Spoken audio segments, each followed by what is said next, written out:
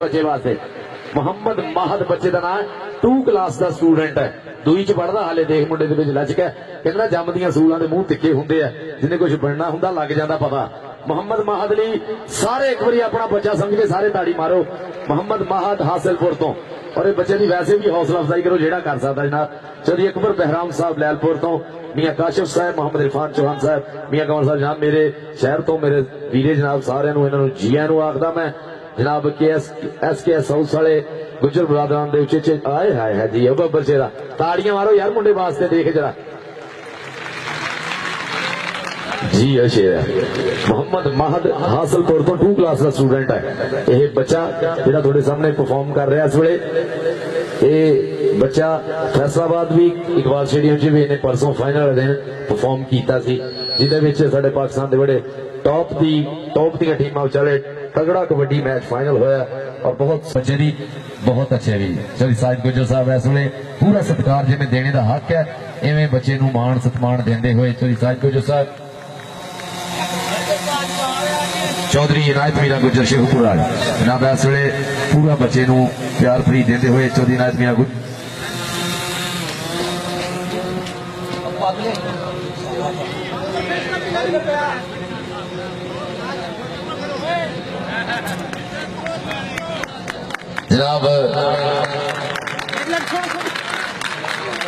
जनाब साडे पाकिस्तान का मान बच्चे ने ताड़ियां मारियां। हुण सारे एक बारी कबड्डी के सुपरस्टार लिए भी ताड़ियां मारो। राणा अब्दुल जब्बार इंटरनेशनल साडे स्टॉपर इस वे ग्राउंड की जीनत बने। वाह भी महद साहब इंटरनेशनल खिडारी हरजीत बराड़ नूं डक्का पाउण वाले, ये पंजाब की भीम सिंह भीमा होवे गुरजीत तूता हो।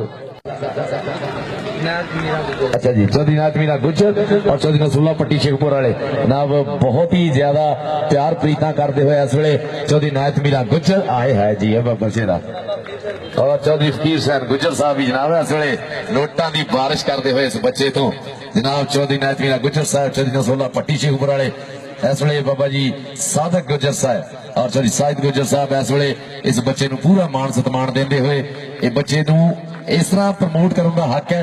चढ़ते पंजाब के जाने कबड्डी के खिडारियों इंज प्रमोट करते कि छोटे छोटे जवाब जोड़े उन्होंने भी हजारां रुपया खर्चते हैं उत्थे जनाब दलड़िए कैंठे सज्जर मझां दित्तियां जांदियां। इस तरह साडे लहिंदे पंजाब दे विच भी अल्लाह सोहना करे खेडां दी प्रमोशन लई साडे पिंड दीयां इलाके दीयां किसी भी इलाके दी पग चदरा सिर कड़वे मोहरी बंदे जिहड़े आ जदों अगे होणगे इंशाअल्लाह खेडां प्रमोट होणगियां। जिवें SKS हाउस वाले जनाब गुजर बरादरान लगे हुए आ, क्योंकि यह जो इवेंट कराने जोड़े आ भाई पैसे ना होंगे और पैसों के नाल तो होंगे ही जिगरे नाल भी होंगे। औखा काम है, इन्होंने सोहना माहौल बनाया। ताड़ियां मार दो मुहम्मद महद वास्ते एक बार फिर। हासिलपुर तो 2 क्लास का स्टूडेंट है मुहम्मद महद जनाब चौधरी इनायत मीरा गुजर साहब, चौधरी नसूल्ला पट्टी शेखपुर वाले, चौधरी सादक गुजर साहब, चौधरी खालिद गुजर, चौधरी साजिद गुजर जनाब चौधरी फकीर मोहम्मद गुजर साहब सबका पहलवान और राणा अब्दुल जब्बार साहब इस वे साडी ग्राउंड की जीनत बने आ। सोहना पुत राजपूतों का जिन्हें नाम बनाया अपने बेड़े दे विच राणा अब्दुल जब्बार बब्बर शेर खिडारी धूड़ा पट्टियां अपने बेड़े विच पकारां पवाइयां और जिन्ना खेड देखी राणा अब्दुल जब्बार साहब की वो याद है उन्होंने वास्ते जी। बब्बर शेर मुहम्मद महद इस वे राणा गुलाम अब्बास साडा कसवा वाले जनाब सारे ही साडे स्टेज की जीनत बने हुए।